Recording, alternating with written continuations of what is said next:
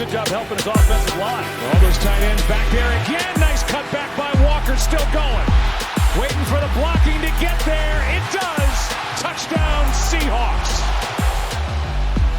Here it comes again. And a touchdown is the result. Hurts is second of the night. And the Eagles back on top. 3rd down and 10.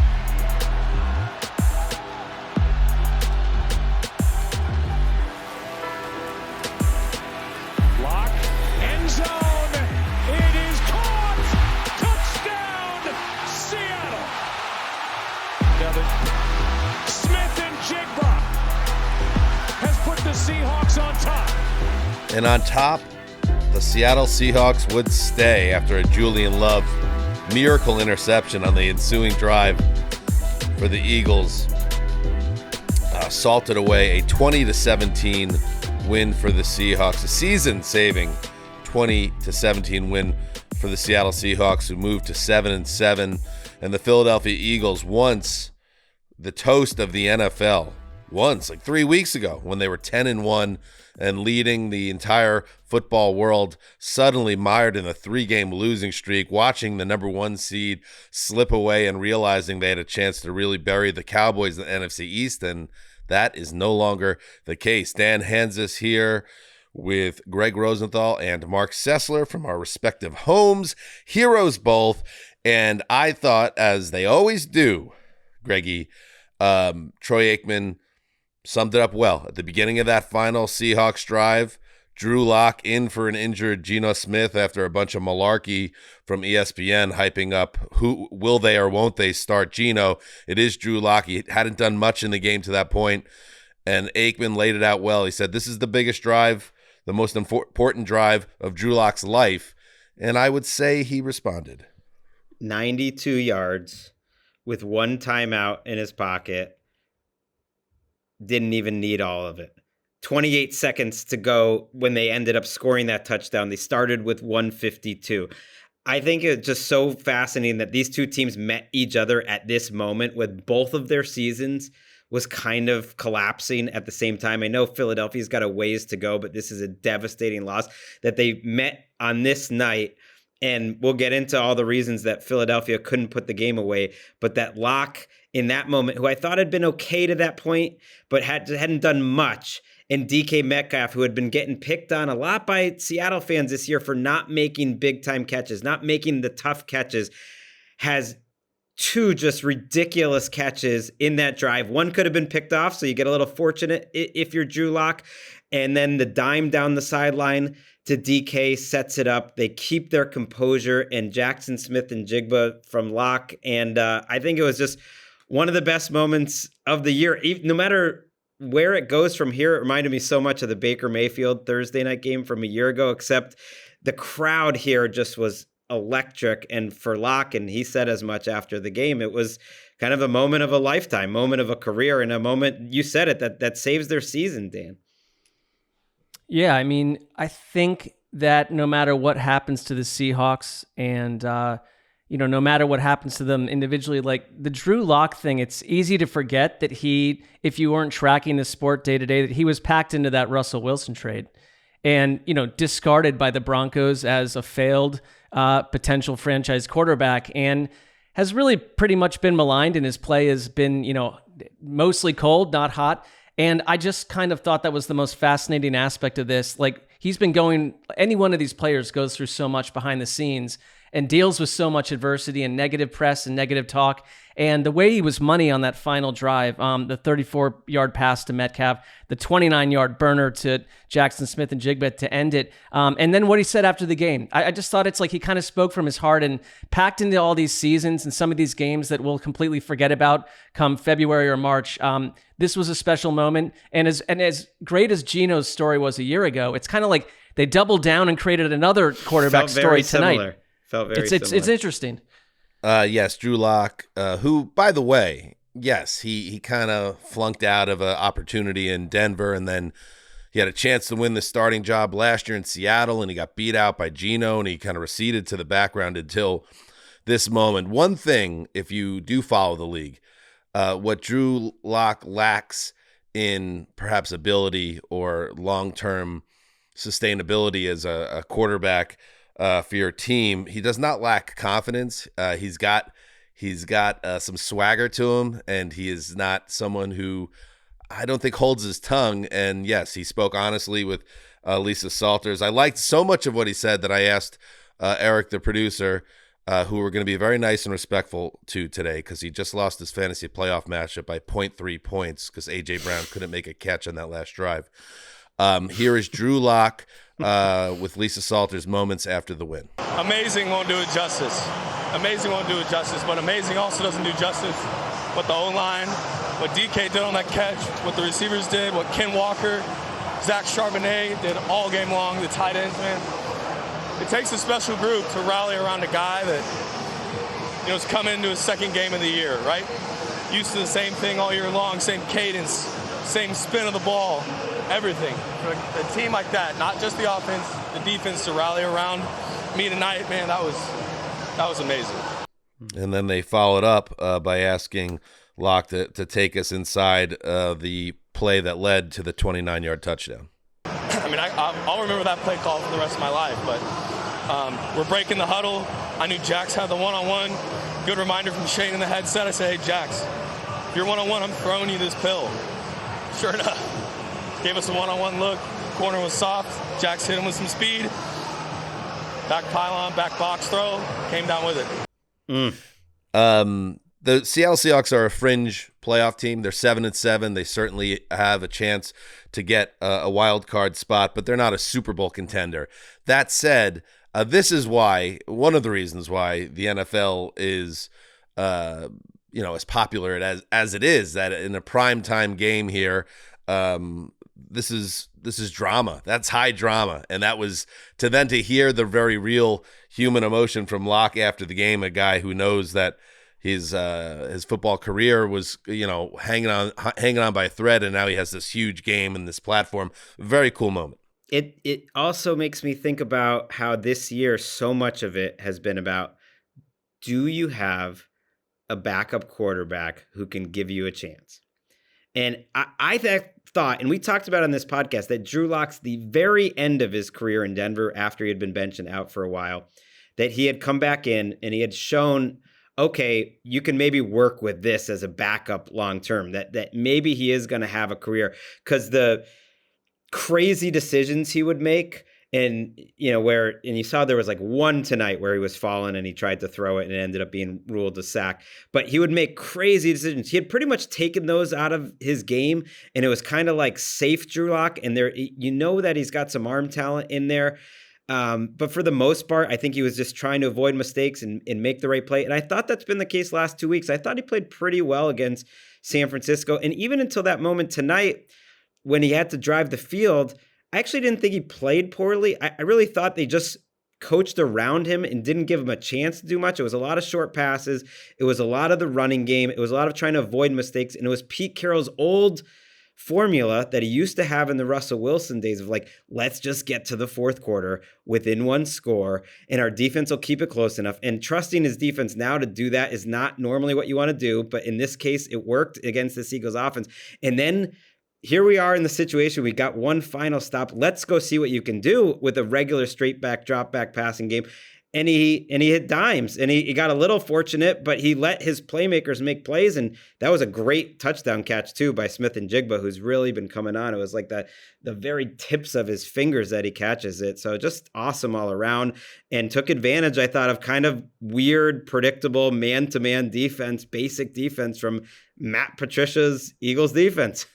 Yeah, I think like your comparison to that Baker Mayfield game, where you just joined the Rams and beat the Raiders, where it's like you kind of think he had this entire magical performance, and it was really a quiet game up until the very end when he went electric. And that was sort of tonight, because with 2 minutes to go, the Eagles had held the Seahawks to one of 5 on third down. It really, I thought, like all that you had saw on offense was Kenneth Walker and Zach Charbonnet for the most part.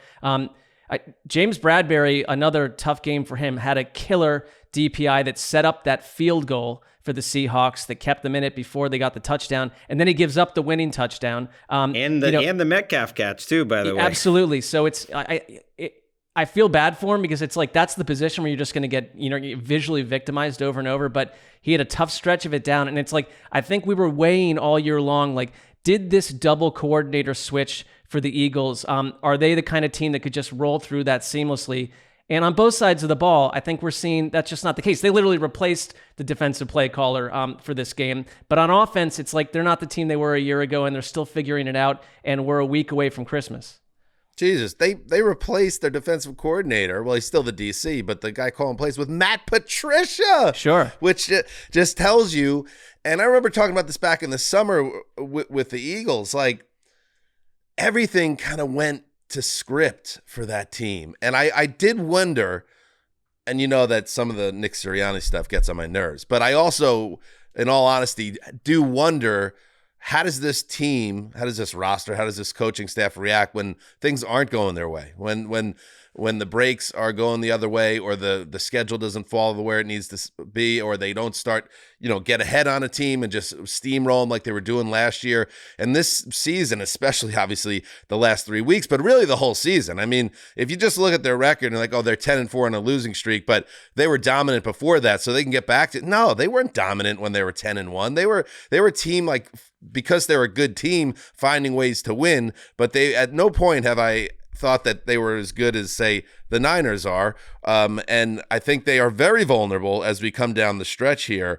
And I'm really interested to see what happens next. Now, in their favor is perhaps the softest schedule in football to close things out. You get the Giants twice, with Tommy Cutlet Mania dying down at the Superdome on Sunday, and with the Cardinals in between. So, at the end of the day, 13-4 is still there. But I feel like they've been exposed a little bit these last 3 weeks. Yeah, I do want to get to the offense later for the Eagles, but on that schedule, by the way, they do win the division if they win those 3 games, because those are division games and they would hold the tiebreaker over Dallas. So if they win out, they will win the division. But they lost their, they really lost any chance for the 1 seed tonight if they even had it. Defensively, to change to Matt Patricia, and I know this happened sort of in between when we've done these shows, to me was like, oh, things are going worse than I thought, because that's more about things happening inside the building. Like, yeah, he's got the defensive coordinator play name now, Sean Desai, apparently, but by all intents and purposes, our reporting at NFL Network from Ian Rapport says Patricia is the defensive coordinator. He's calling the plays. They kicked him upstairs too. He's not even on the sideline. So the reports that came out afterwards, there was one in the Philadelphia Inquirer that Desai didn't have enough confidence, but the other one that caught my eye locally was like, there's just been a lot of finger pointing. And that's what it sort of spoke to me, was like, wow, the people are pointing fingers. There's blame. Like, things aren't good inside that building for a change like that to happen. And you saw tonight, I don't know what the difference was with Matt Patricia. They were rotating a ton of players in the secondary. They weren't getting a great pass rush. They seemed very basic. They were playing man-to-man on almost all third downs. And you could see on that last drive, it's like they were just playing man-to-man on the outside. And I mean, it's easy to second guess when you give up 2 big plays, but DK Metcalf and Drew Lock were like, thank you. Like, this is what we can go for. And they didn't get the pass rush after him. It obviously didn't make a positive difference. I know at that point they had only scored 13 points, but to end that way is just a tough way to end a tough week. And it is a tough week. If you're changing your coordinator in week 15 when you're 10-3, that's a tough week. Mark, not to be mean to Drew Lock or to denigrate him in any way on a special night, but when he's saying after the game, like, he had diagnosed immediately that the safety was going to drop down, so be ready, Jackson, I'm going to hit you. I mean, this isn't exactly Peyton Manning in 1999 here. This is no. This is Drew Lock that's just diagnosed your defense at the biggest moment of the season. Yeah, exactly. I mean, this is someone with a limited starting, resume, and saw it exactly for what it was. I want to just note one thing though, because when things are tough, when you're on a skid like this, it comes down to these little moments that have nothing to do with the play call at all. Like Julian Love's closing interception, we talked about before we got on here. It's like without him running into the calf of a teammate, that doesn't happen. And it's kind of like that's just human physics, and that's just something that happened in nature in favor of the Seahawks. But I would say even great play though, like that was it was a great even play. If he didn't get his foot down, it was a great play. But like I think we could acknowledge that like the where human bodies were on that play was important. But the first interception he had. He was clearly yanking on Quez Watkins on his jersey, and it's like you can say that's ticky-tacky, but that would get called in other games, and it just was like overlooked. So it's like two major turnovers that if you're an Eagles fan, you're steamed about both of them just by the way they happened. Yeah, that I think the Eagles fan right now is wondering what the hell is going on right now. But I'm thinking about the Jalen Hurts side of things, because they're also saying, man, if this guy wasn't sick, maybe this game is different. And there's a good chance it is, because, Drew Lock is not Geno Smith, even if Geno's not having the year he had last year. So you're set up really well if you have the healthy Jalen Hurts. He's sick. He gets downgraded over the weekend because the illness worsens, and every time they cut to him, and I know he's a stoic dude by his nature, but usually that's stoicism. Like you see it, it's just like steely confidence. Like he's one of those guys that like he passes, like everybody likes to say, like the Mamba mentality. I guess I'm an old timer, geriatric millennial, Mark. So I think of Jordan and just kind of that resolve. I didn't see that in his eyes. He looked like a guy that was like, I cannot wait to get back into bed because I feel like shit. And to his credit, he leads them down the field on the first possession for a touchdown, but they were pretty much out of sorts for most of this game. And his stat line, even if some of the officials didn't help him out, and it was a miracle act of physics on the last Love interception. But the deep shot where they had a chance to put the game away, and they try the deep shot that Love picks off in the end zone, that was just a silly play call. And that's also not the first time the Eagles have had a bad play call. That Jets game I remember from October, another one where it's like you have a chance to play this a certain way and salt away an inferior opponent. Instead, you opened the door and gave them new life unnecessarily. Yeah, they had the ball with the lead there, Dan. What was it? It was 17-13 there, and they're driving. And they could put the game away. Pete Carroll had burned 2 of his timeouts on some of the most idiotic timeout management I've ever seen in my entire life by anyone.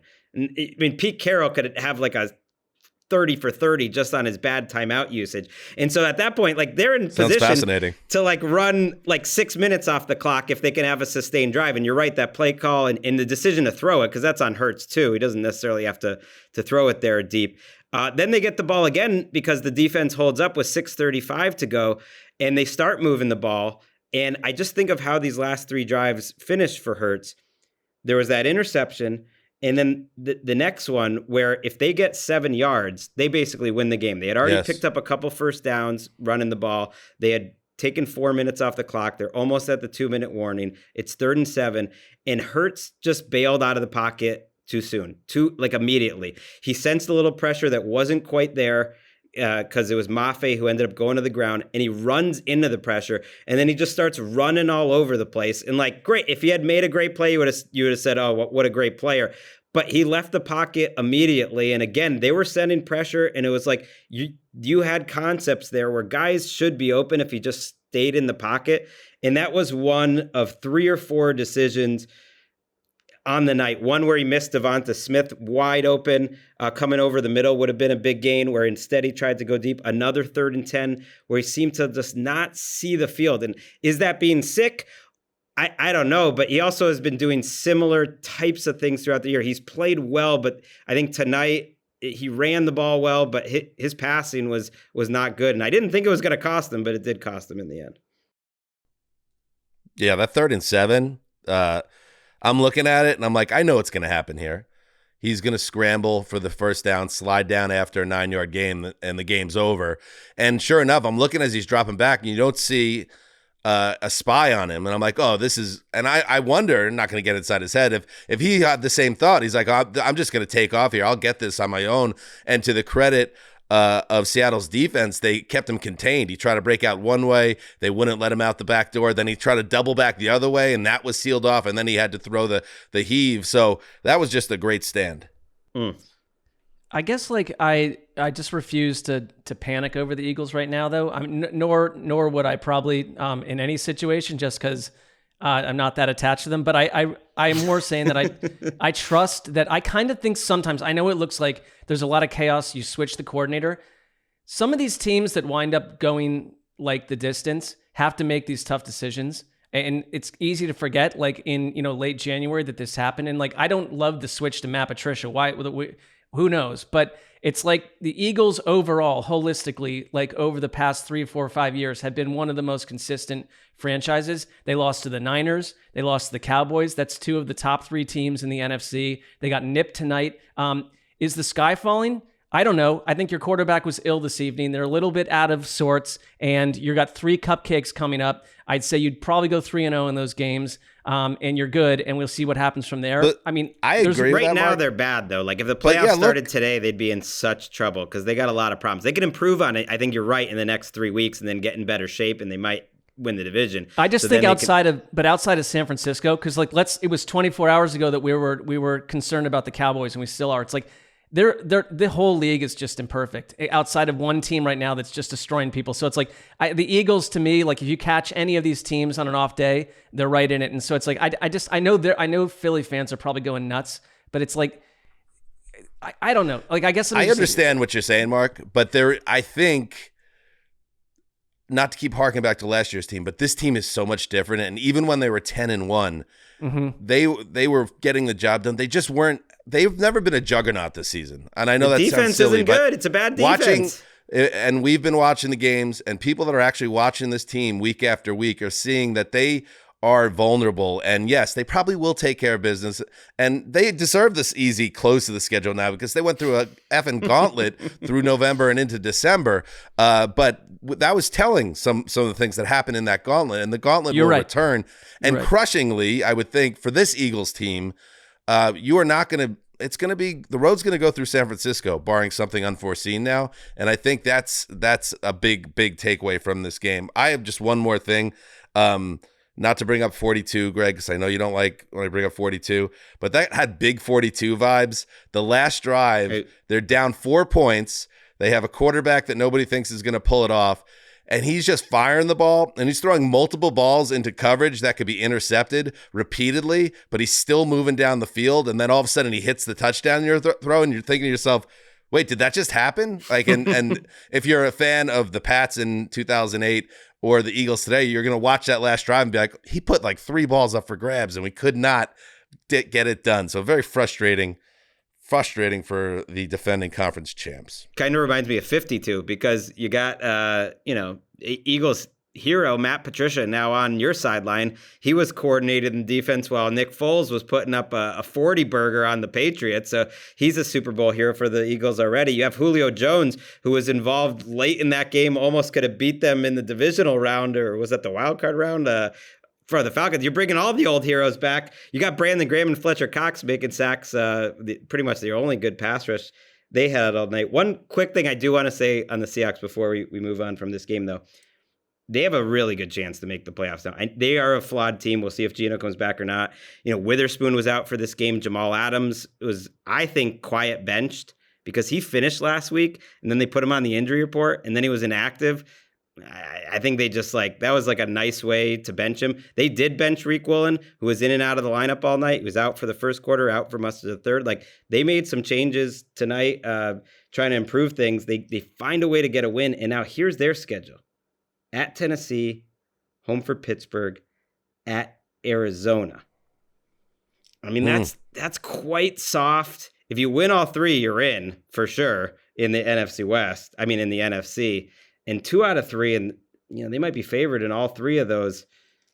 They got a chance to get on a little run here if they can bottle this. So magic. Greg, they do, and I know that you're in an endless sort of cuddle party with Seattle Seahawks fans, but I think they're also an argument for not having the 7th playoff team, because I liked what happened tonight. It's a nice story, but overall, the Seattle Seahawks to me are just not what I view as playoff material. I mean, that's a nice, easy schedule, and I think they'll find a way in there, and that's nice. But I think on both sides, both conferences, I'm seeing postseason fare that to me is not worthy of the postseason. But there's nothing we can do about it because if anything, we'll add another playoff team probably, 3 years from now. There are there are 5, but 2 of them are in the NFC South, so one's going to win the division. But looking at the standings now, there are 4 7-7 teams vying for those 2 wild card spots. You have the Minnesota Vikings 7-7, the Rams 7-7, the Seahawks 7-7, and the Saints 7-7. Right, and the Bucks for now in. For now, it would be Rams and Vikings in, but it doesn't matter much. Rams do have that sweep of the Seahawks, which could potentially help them if they end up being the 2. I mean, half of those teams' own fan bases aren't even begging for an extra game. So I find but you're all pumping up the Colts in the that's AFC. not true. What's the difference? Tell me which one. The Saints fans, I think, would be happy to see that season end. We've been down that road a million times, but it's even then in their hearts, they want it. But listen, these teams, if we're talking about who's winning the Super Bowl, just like your beloved Colts in the AFC, Mark, these guys Spice Rack says the Rams are going. Spice Rack's been hot on the Rams winning the Super Bowl. Spice Rack has been brought up on the show literally like 10 shows in a row. They're seat fillers in the big dance, But yeah. But part of the fun is this time of year, who's going to get in? You know what I mean? These fan bases are excited, Mark. That's okay. I'll go back to how I opened this. I've never been a huge Drew Lock guy, but that was one of the more memorable things that's happened this entire season. And that it's kind of was rocking. The atmosphere at the end made it feel pretty special. I'm cool with that. Great. All right, let's take a break, and then we'll do a little bit of news and say goodbye. All right, welcome back. Let's get caught up on the news before we sign off for a day. Let's start with the Cincinnati Bengals. They're another one of those teams that are making a hard charge for a playoff spot. Over in the AFC, Jamar Chase is their superstar wide receiver. He went down in the team's Week 15 comeback win over the Vikings, and Rap Sheet reports that Chase is likely to miss, quote, some time. So we don't know how long that will be. But you're not going to see him in Week 16. And then, that sounds like a potential multi-week injury. So that is going to mean the likes of T. Higgins, Tyler Boyd, and Joe Mixon are going to really have to raise their game with, of course, Jake Browning at quarterback to finish off this improbable rise and get to the postseason. I'm sick about it because I'm with you, Mark. You kind of jokingly said maybe the Bengals should become Team of ATN now. I've just been so surprised and I've been so wrong about burying Zach Taylor in this spot and kind of enjoying being wrong and just how spicy Browning's been that I was like, oh, this is a fun story. And looking at their schedule, it's like they can win these games. I think they should beat the Steelers, and to lose Chase and DJ Reader, it's just like this team's luck is just outrageously bad. Reader, one of, if not their best defense, one of their best defensive players, and then to lose Chase on top of everything. It stinks. Don't let the Steelers win another game. This Steelers team doesn't deserve it. No, they stink. Nope, they've got you're enjoying. I am enjoying that, though. You're enjoying being wrong, Greg, about Zach Taylor. I'm enjoying being right. Yeah. I mean, I'm enjoying watching the game. The act of being wrong, I don't know if that's enjoyable, but they're winning me over. They are pretty fun to watch. It's been cool to see what they're doing. They go to Pittsburgh, then they go to Kansas City. I would say this, though. I think Trenton Irwin has stepped in and helped at times. Ooh. Little Yoshibas pop. Well, yeah, half our news rundown is AFC North injuries, so they're not alone. They've just got to survive. Trevor Lawrence also dealing with injuries. He suffered a concussion during Sunday Night Football, so now he has to clear the league's concussion protocol to get clearance to play Week 16 against the Bucks. This is a Jaguars team on a 3-game losing streak. They're fugazi, and now their quarterback is hurt. Losing interest, falling asleep. Someone talk about the Jaguars? Let's hear Doug Peterson talk about it, because I was wondering. We saw Trevor Lawrence's head slam to the turf early in the third quarter. Nope. Do we need to see the spotter? Nope. Do we even need to check on it? And then, we find out after the game he has a concussion. I think it was obviously the scramble play. I think it was the last one that he got hit on potentially. It's hard to say, but continued to play, the rest of the game, and then he self-disclosed after the game to our docs and our trainers. Oh, you mean the scramble play where he took an illegal forearm shiver to the face and I got Maurice Jones-Drew, who's like a Jaguars Ring of Honor guy, and I'm like, that's a penalty. You can't do that. And MJD's like, oh yeah, you could do that. He's, once he leaves the pocket, he's not protected anymore. Of course he's protected from like a Kerry Von Erich forearm. Like, what are we talking about here? Can't do that. Whatever. Well, anyway. Even with them though, they feel like a team in free fall. Like that, there's a 3-way tie. I think they've not been the same since Christian Kirk was out. I don't know. I don't really trust this team at all. We talked about it last night. I'm just settling scores with MJD right now. He's not even here. Well, he's not going to be hearing this either, so they're gonna have at to the go Bucks. take it to his face. The Bucks might end up. I'm with you guys that they would be the most fun NFC South division winner, and they might get CJ Beathard this week, which is a pretty big difference if Trevor Lawrence is out. Arthur Smith is an absolute mess as a head coach, and if he comes back, shame on everyone connected with the Falcons, because you send Desmond Ridder out on the field in Week 15 with a chance to kick that field goal. You have him drop back to pass. He throws an interception because he's been doing that all year, and then the head coach comes out, and instead of saying, that's on me, I need to make a better play call, or we need to kind of get better, he's now going to bench Desmond Ridder again? Is that what we're hearing? It's being reported. Who has the report on this one? It was Arthur Smith himself. Smith at his press conference said that he's still considering what direction to go a quarterback for their matchup with the Colts. So it could be going back to Taylor Heineke. Like, it's making my head spin, because I think we were all in agreement on Thursday's preview podcast that although it was weird to bench Ridder and then go back to him, it looked like Ridder was making strides, but now he makes a bad throw and they lose, and now you're going to go back to Heineke. The whole thing is just sloppy. Yeah, it's just an extension of Sunday's game, where it's like the vision for the Falcons was extremely cloudy in that loss, a terrible loss that I put on the coach. And this is just mismanagement. And it's like, you know what? You went into the season with two guys who aren't worthy of being your starting quarterback. And the fact that you go into musical chairs mode is not a surprise, but it is a disappointment. It's funny you say musical chairs, because when he declared Ritter's going to be the starter again, he said, "I'm not. This is my decision. I'm not going to be playing musical chairs." And now we hear a few weeks later, and it's one of my coaching cliches I've noticed over the year. On Mondays, whenever they say they're considering making the change, when it kind of, because they didn't bench him during the game, and he's putting it out there on Monday that like, I might make a change. Like they're making it, unless there's some weird circumstance, which this is not. Like, they're making that change. I think he sees his career flashing before his eyes, and in his heart of hearts, he trusts Heineke more. But I will tell you, we'll point out, Dan, as bad as that play was, they had, I think it was a bottom 5 success rate in terms of running against the Panthers of like any team in any game all year. So just the whole thing stinks, is what I'm saying. And like, they're supposed to be a great running team, and they can't run the ball either. So it all stinks. I'm just saying they're a bad, boring team, stinks. but they've won games this year by being boring, and being boring in that spot is running the ball, going up 4, and then saying our defense is pretty good. We're gonna keep Bryce Young out of the end zone and win another ugly game. But instead, they took a different route, and they were punished for it. The Steelers might be going a different route at quarterback again. Man, what a year!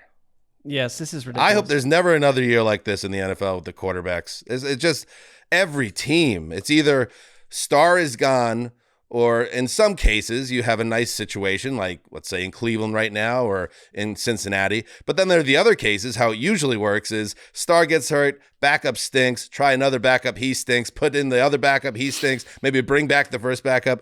Here is the Steelers situation. Now, Mason Rudolph, who, stinks, he's expected to start in Week 16 for Pittsburgh with their season on the line because Mitch Trubisky has just not been able to play the guitar, but they are keeping the quote door ajar for Kenny Pickett. Okay, good luck with all that. I mean, Kenny Pickett, I don't think he could play either. I gotta say, Kenny Pickett Mike Tomlin looked pretty good, at least in comparison to Mitch Trubisky. There's nothing. I will agree with that. Speaking of taking L's, I kind of want to see Mitch Trubisky take was actually worse than my Chargers are going to the Super Bowl take this year. I thought Trubisky showed a little something last year, but my God, has he been brutal? So yeah, they go to Rudolph unless Pickett gets healthy enough to play this week. They also will be without Minkah Fitzpatrick, so that's a pretty big loss. It sounds mean, that might be arm in arm with your, quarterback Mitch Trubisky take is my 12 wins for the Steelers. I mean, that might take a year and a half for that to be the case with the way they're trending. So, oh yeah, in KZ, the safety got suspended for the season in Pittsburgh as well, which it was again kind of like a Kareem Jackson thing where he had been fined and suspended previously for similar types of hits, and so this one just put it over the top. It's bad. I don't know if they lose out. You could definitely hear some rumblings there. We'll see. I mean, Tomlin is, Chuck Noll, obviously, but like one of the greatest coaches of the last 30 years. But I mean, if you don't have a quarterback, you're just banged. Now he has a role in that because he has a big voice there. But he picks these coordinators. And one thing I heard, and maybe it was Sheck that said it, there was just like a little whisper. It's like, is there a chance out there in the world that maybe Tomlin would want a fresh start? That the two sides, they've been together so long, because he would be number one pretty much on the coaching list of teams that would want. He could make money elsewhere. Just maybe, I don't know, because it's not working right now. Put it this way. You put Mike Tomlin in that defense with a proficient quarterback. I don't think we're talking about Mike Tomlin's job being, but it is weird. Like not only the failure, the lack of success in the last few years, but also like, some of the effort plays you see from that wide receiver room, which is a mess despite being talented. Like just they had like some of the earmarks of a team that is a little bit, not up to code, put it that way. And finally, this is not surprising news, but disappointing news. Keaton Mitchell, undrafted rookie of the Ravens, who really has impressed everybody with his incredible speed and breakaway ability. He suffered a really bad-looking knee injury on Sunday Night Football, and it was confirmed as a torn ACL. And so he'll get surgery and rehab it, and hopefully we see him back with the team in training camp next year. And it's not something that takes away any of his skills, because they are quite breathtaking. I think that's like we talked about it last night. That was an exciting, evolving, emerging element to their offense that's been stripped away. I mean, they lost J.K. Dobbins, before early on. You're leaning on Gus Edwards and Justice Hill, and capable. I like Gus Edwards, but I just think this is this made the Ravens offense that needed like a little extra spice.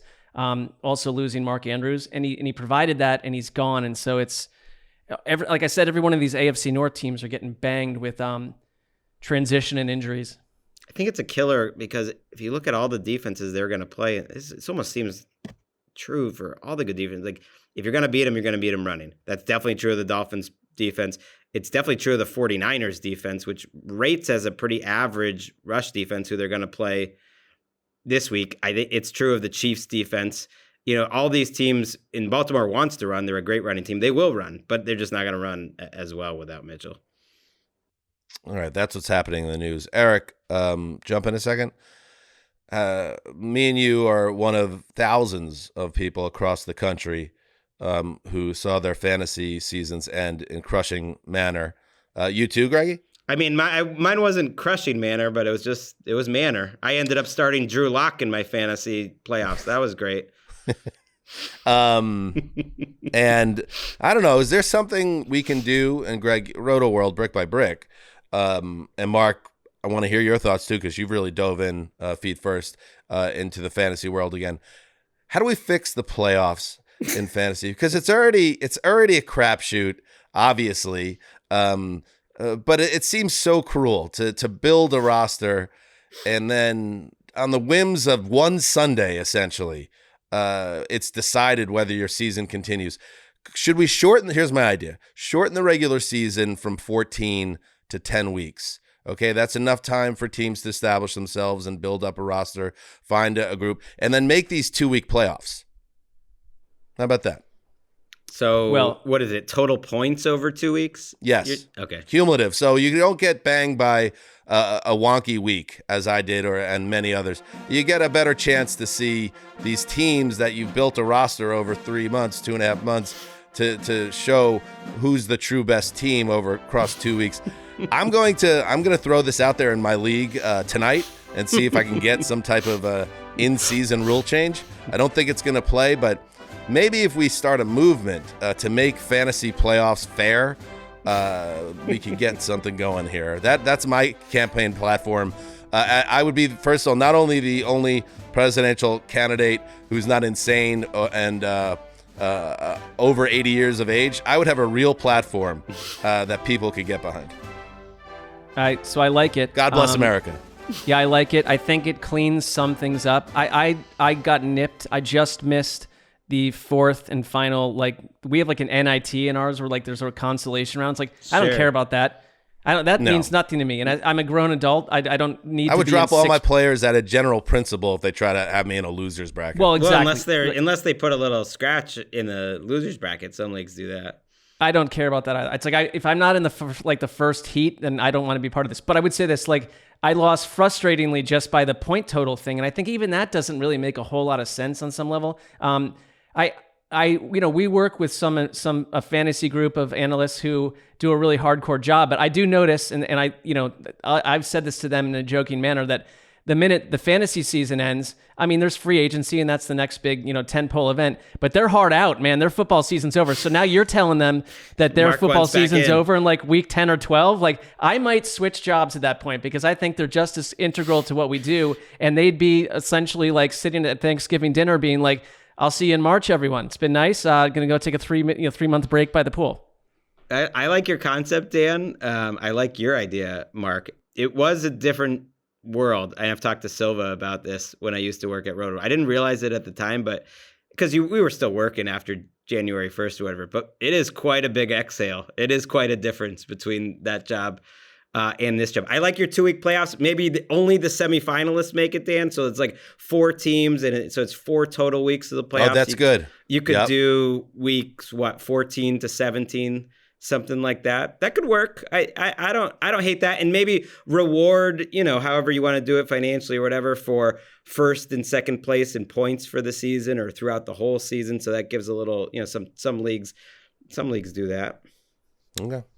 Can I ask one question? Because Eric seems to be taking it well, though. I think he's a man. Well, he hasn't spoken in about an hour. So. Well, no, I mean, oh, there he is. I might deserve this one because I did leave Goff and Addison on my bench. I got spooked by Goff, and then he throws 5 touchdowns, and I lose by 0.4. But wouldn't you, Eric, like the opportunity to insert Jared Goff into your lineup next week and prove once and for all that you were the team that deserved paralysis to move by on? over analysis kind of thing? As I overmanaged my way out of the playoffs because of one bad week. So, but isn't that, not to the devil's advocate, isn't that why we love football in some ways? Is that, when you get to the playoffs, you can have that great season, Packers going 15-1. But if the Giants are feeling good that day and you get a little tight and you overmanage it, you might be going home, Brett Favre. Yeah. But let me ask a question. I lost this week. So. Right. So Dan, had you made the playoffs, so I want it to be different. Would you be hot on all these rule changes? Had you made it into the playoffs, would this still be something that burns in your mind? No, I am I lost in the playoffs. I don't even know what Fakakta league you're in that wasn't even in the playoffs yet. Are you a week 18 counts? I think Dan I have issues with my league for sure. If he won tonight, he would not be making these rule proposals. No, I would say fantasy football is fundamentally perfect. But I lost, so it's not. All right, that's enough. This is our last Monday night quite like this because next Monday night is Christmas and there's no more Troy and Joe Monday nights the rest of the year. Well, they had a great season, and we will continue on because our season is far from over.